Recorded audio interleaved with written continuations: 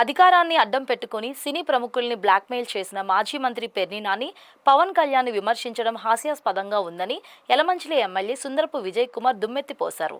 Visakha Seethampeta Janasena party కార్యాలయంలో జరిగిన media సమావేశంలో ఆయన మాట్లాడుతూ తమ పార్టీ అధినేత పవన్ కళ్యాణ్ సినీ ఇండస్ట్రీ నుంచి వస్తే జగన్మోహన్ రెడ్డి ఫ్యాక్షన్ ఇండస్ట్రీ నుంచి వచ్చారని ఎద్దేవా చేశారు. సినీ ఇండస్ట్రీ లోటుపాట్లు పవన్ కళ్యాణ్కు పూర్తిగా తెలుసునన్నారు. ఇండస్ట్రీకి మంచి చేయాలన్నదే తమ ఆలోచన అని స్పష్టం చేశారు.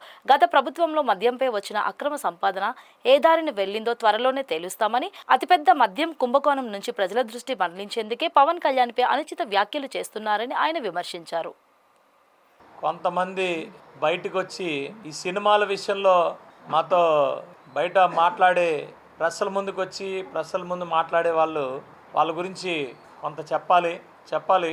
నిన్న పేర్ని నాని, ముఖ్యంగా చెప్పాలంటే పేర్ని నాని, పాపం పేర్ని నాని గారు సినిమాటోగ్రఫీ మంత్రిగా చేసినప్పుడు ఏం చేశాడో మర్చిపోయి నిన్నంతా కూడా దయ్యాలు వేదాలు వల్లిస్తున్నట్టు చాలా కథలు చెప్పాడు. ఆ పవన్ కళ్యాణ్ గారి గురించి వాటి గురించి బోల్డ్ మాట్లాడుతూ ఉన్నాడు. బాబు పేరు నాని గారు, మీరు మంత్రిగా ఉన్నప్పుడు పెద్దలందరినీ తీసుకొచ్చి మీరు ఎలా బ్లాక్మెయిల్ చేశారో, వాళ్ళందరినీ తీసుకొచ్చి ఎలా అవమానించారో ప్రపంచం అంతా చూసింది. మీరు ఇప్పుడు నీతి సూక్తులు ఎవరికి చెప్పాల్సిన పని లేదు.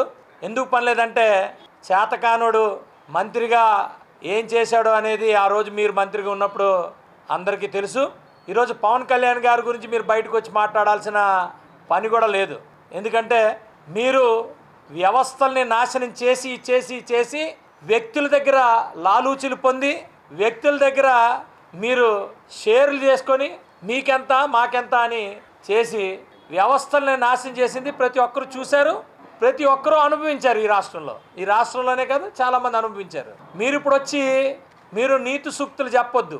మీ నాయకుడు ఎంత సూపరో అందరికీ తెలిసినవే. మీరు ఏ రోజు పనిచేయలే. నిన్నేమన్నారు మీరు?